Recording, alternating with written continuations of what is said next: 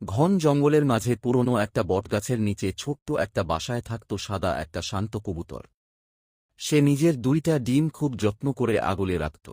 একদিন খাবার খুঁজে ফিরে এসে কবুতরটা হঠাৎ অবাক হয়ে গেল। তার বাসায় এখন 3টা ডিম, কিন্তু তৃতীয় ডিমটা ছিল অদ্ভুত আর অন্যরকম। ডিমটা কার ছিল সে জানত না। তবুও মা কবুতর 3টা ডিমকেই নিজের সন্তানের মতো আগলে রাখল। বৃষ্টি এলে ডানা দিয়ে ঢেকে রাখত। কয়েকদিন পরে প্রথম 2টা ডিম ফুটে বের হল ছোট্ট 2টা কবুতরের বাচ্চা। কিন্তু রহস্যময় ডিমটা তখনও চুপচাপ পড়েছিল। হঠাৎ এক রাতে ধীরে ধীরে ডিম ফেটে বের হল একটা ছোট্ট ঈগলের বাচ্চা। পুরো জঙ্গল অবাক হয়ে গেল। কিন্তু মা কবুতর ঈগলটাকেও নিজের সন্তানের মতোই ভালোবাসল।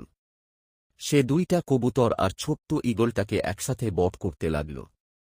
একদিন হঠাৎ একটা ভয়ঙ্কর কালো সাপ বাসার দিকে এগিয়ে এল। ছোট পাখিগুলো ভয়ে কাঁপছিল। মা কবুতর কিছুই করতে পারছিল না। ঠিক তখনই বড় হয়ে যাওয়া ঈগলটা আকাশ থেকে ঝাঁপিয়ে পড়ল। সে নিজের ধারালো নখ দিয়ে সাপটাকে অনেক দূরে ছুঁড়ে ফেলল। মা কবুতরের চোখে পানি চলে এল। সেদিন পুরো জঙ্গল বুঝেছিল, রক্তের সম্পর্ক না থাকলেও ভালোবাসাই আসল সম্পর্ক। আমার চ্যানেলের ভিডিওগুলো ভালো লাগলে ফলো করে পাশে থাকবেন। ধন্যবাদ।